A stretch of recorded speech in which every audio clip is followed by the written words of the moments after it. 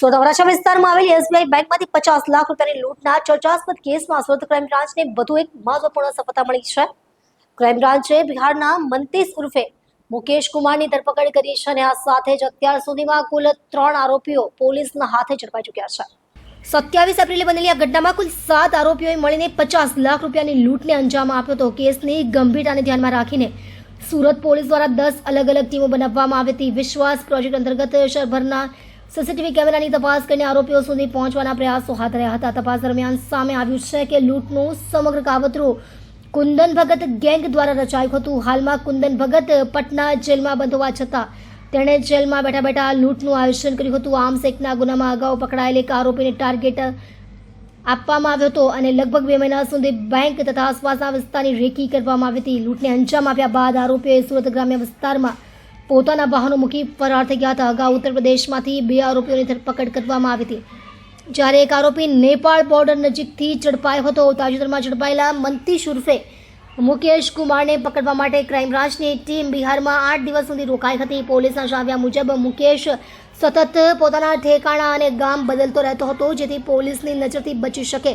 તપાસમાં એ પણ સામે આવ્યું છે કે મુકેશ સાથે વિજય નામનો તેનો મિત્ર પણ સંડોવાયેલો છે। વિજયે જ મુકેશને ફાયરિંગની તાલીમ આપી હોવાનું જાણવા મળ્યું છે।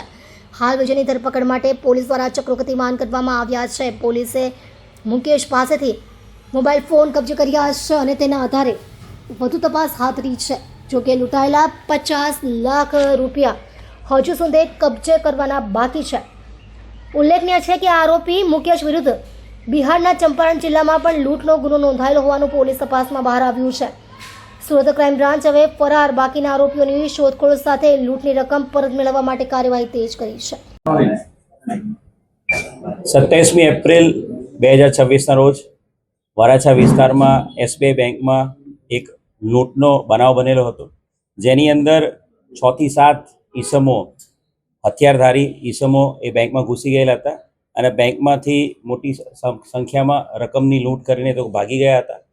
આ લૂંટના જે બનાવ છે એને ધ્યાને રાખીને તાત્કાલિક લોકલ પોલીસ સ્ટેશન, લોકલ ડીસીપીની ટીમ, એમના સેક્ટર સાહેબની ટીમ અને સાથે સાથે ક્રાઇમ બ્રાન્ચ આ ગુનાને ડિટેક્ટ કરવા માટે તાત્કાલિક લાગી ગઈ હતી। અલગ અલગ 10થી વધુ ટીમો ક્રાઇમ બ્રાન્ચની અને સાથે સાથે પોલીસ સ્ટેશનની ટીમો આની પાછળ ડિટેક્ટ કરવા માટે લાગેલી હતી।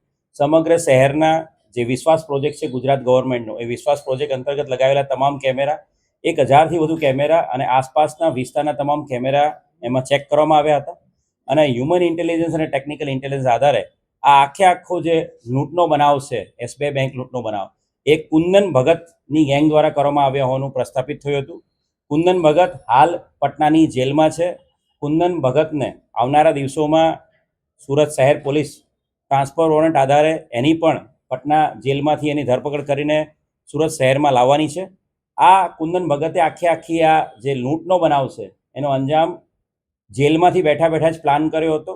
જેલમાં બેઠા બેઠા અલગ અલગ બિહાર, યુપી, અલગ અલગ રાજ્યોના આરોપીઓ જે પહેલાં લૂંટ, આર્મ્સ એક્ટના ગુનાઓ પકડાયેલા એનો સંપર્ક કર્યો હતો, એ તમામને કોડવર્ડ આપવામાં આવ્યા હતા, કોડ નેમ આપવામાં આવ્યા હતા। એમની માટે અલગ અલગ સિમ કાર્ડની વ્યવસ્થા સુરત શહેરમાં એડવાન્સમાં એક માણસ મોકલીને તમામ તૈયારીઓ કરવામાં આવી હતી। 2 મહિના સુધી આ તમામ માણસો વારાફરતી અહીંયા આવતા ગયા અને 2 મહિના સુધી સમગ્ર સુરત શહેરમાં અલગ અલગ પ્લેસ પર રેકી કરવામાં આવી હતી અને રેકી કર્યા બાદ વરાછાની આ એસબીઆઈ બેંક, જ્યાં અલગ અલગ કન્સ્ટ્રક્શનના કામ ચાલુ હતા, રસ્તા થોડા ખાડાખડિયાવાળા અને લોકોની મૂવમેન્ટ ઓછી હતી, એટલે આ બેંકને ટાર્ગેટ કરવામાં આવી હતી। લૂંટ કર્યા બાદ આ તમામ માણસો જે આરોપીઓ છે એ સુરત ગ્રામ્ય વિસ્તારમાં પોતાના વાહનો, ત્યાં જે ચોરી કરેલા વાહનો છે એ ચોરી કરેલા વાહનો ફેંકીને ભાગી ગયા હતા। ક્રાઇમ બ્રાન્ચને આ ગુનાને ડિટેક્ટ કરવામાં ખૂબ મોટી સફળતા જે તે સમયે જ ફક્ત 4 દિવસના ટૂંકા ગાળામાં મળી ગઈ હતી અને આરોપીઓ આઈડેન્ટિફાય કરીને ઉત્તર પ્રદેશના અયોધ્યા જિલ્લો અને ગોંડા જિલ્લો, ત્યાંની લોકલ પોલીસની મદદથી શુભમ ઠાકુર અને વિકાસસિંહ રાજપૂત 2 આરોપીની ઓલરેડી ધરપકડ થઈ ચૂકેલી છે અને આ 2 આરોપીની પૂછપરછમાં વધુ આગળ જે ડિટેક્શનમાં મદદ મળી હતી અને 2 આરોપીની પૂછપરછ ઇન્ટ્રોગેશન આધારે બિહારના ઈસ્ટ ચંપારણ જિલ્લાનો જે આરોપી છે મંતીશ ઉર્ફે મુકેશ કુમાર, એને આઈડેન્ટિફાઈ કરવામાં આવ્યો હતો અને પીઆઈ જે અમારા પરમાર સેશન પરમાર ક્રાઇમ બ્રાન્ચના, એની એક આખી ટીમ અમે લોકોએ બિહાર રવાના કરી હતી। બિહારના ઈસ્ટ ચંપારણ, પૂર્વ ચંપારણ અને મોતિહારી જિલ્લા, એ બંને જિલ્લાઓમાં ત્યાંની લોકલ પોલીસનો સંપર્ક કરવામાં આવ્યો, તેની મદદ લેવામાં આવી અને ક્રાઇમ બ્રાન્ચની ટીમ સતત 8 દિવસ સુધી ત્યાં હાજર રહીને અલગ અલગ લોકોને પૂછપરછ કરીને ત્યાં ખાનગી પહેરવેશમાં ખાનગી કપડામાં ત્યાં રહીને ત્યાંના લોકોની પૂછપરછ કરીને અને અલગ અલગ ગામડાઓમાં સતત વિઝિટ કરીને આજે આરોપી જે રોજે રોજ પોતાના નિવાસ બદલતો હતો, રોજે રોજે પોતાના ગામડામાંથી ભાગતો ફરતો હતો, એ આરોપી મંતીશ કુમાર ઉર્ફે મુકેશ કુમારને 30મી મેના રોજ એને પકડી પાડવામાં આવ્યો છે. ત્યાંના મોતીહારી જિલ્લાના બિરતી બજાર ચોક પોલીસ સ્ટેશન વિસ્તારમાંથી એને પકડી પાડવામાં આવ્યો છે. આજે આરોપી છે મંતીશ કુમાર, એને વિજય નામના આરોપી સાથે સીધો સંપર્ક હતો. વિજય એ આરોપી આ બેંક લૂંટમાં પણ એ ઇન્વોલ્વ છે. વિજયને હાલ ધરપકડ કરવાની બાકી છે, પરંતુ વિજય દ્વારા આ આરોપી મુકેશ કુમારનો સંપર્ક થયો હતો અને બંને જણા સાથે અહીંયા આવેલા હતા. વિજયે આ આરોપીની પૂછપરછમાં એ પણ ખબર પડી છે કે આ લૂંટના અલગ અલગ ગુનાઓને અંજામ આપવા માટે